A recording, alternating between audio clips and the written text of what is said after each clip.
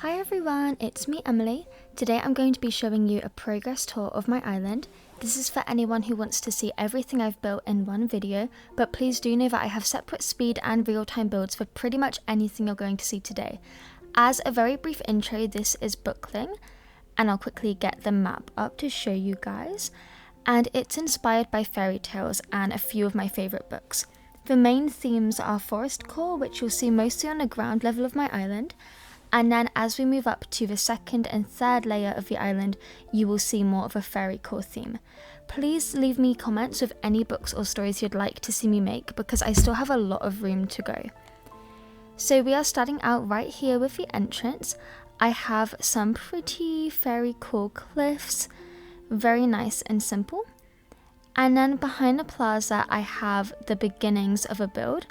So this is going to be the 3 little pigs. I have a house made of straw, a house made of twigs, and a house made of bricks. So you can kind of see where that's going, but I do want to get to the stage of the Happy Home Paradise where I can customize the houses a bit more before I do that build. Heading on back, I have my Harry Potter inspired build, and this is meant to be a nod to Diagon Alley, and it's all a part of the shopping district.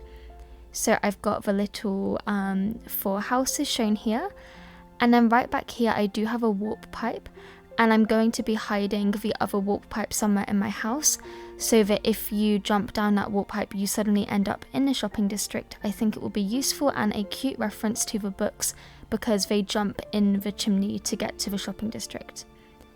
Here is Sherb's house, and Sherb is a part of my Billy Goat's gruff section.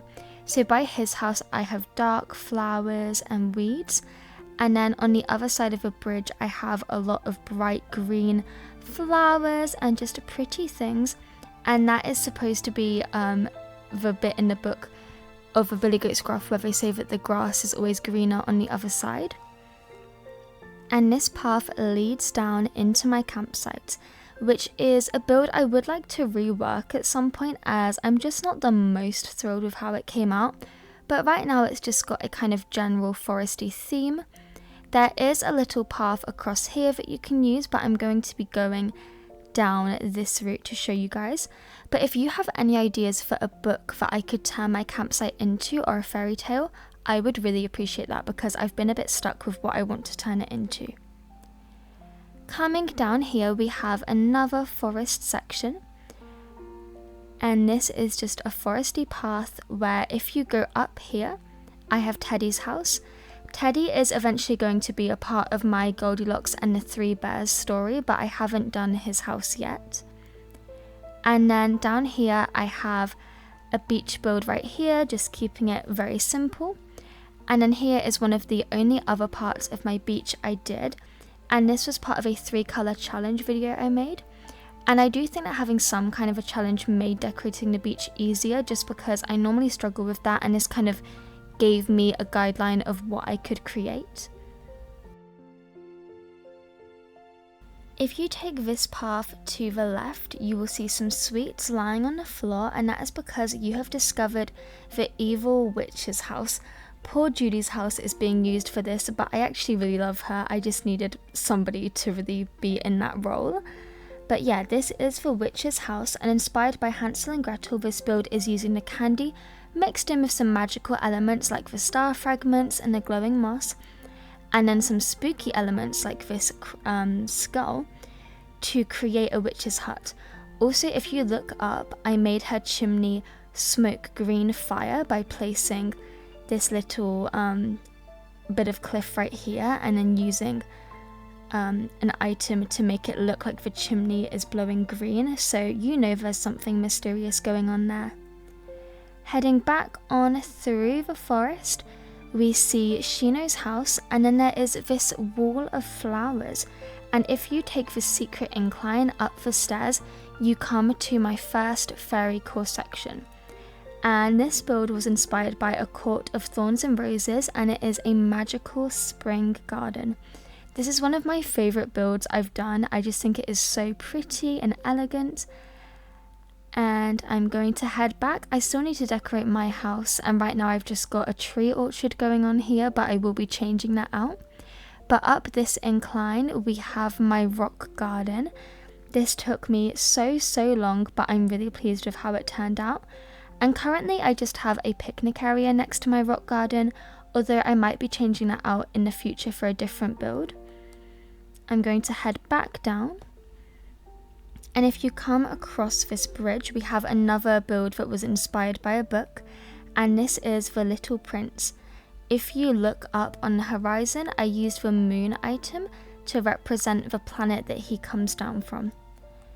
And then Leopold is my librarian on the island, and I think of him being kind of in charge of all of the stories I have. So he has come out into his garden and got a little library going on with some books. I will probably come back in at some point and add some more books around here because this one stack just isn't enough for him.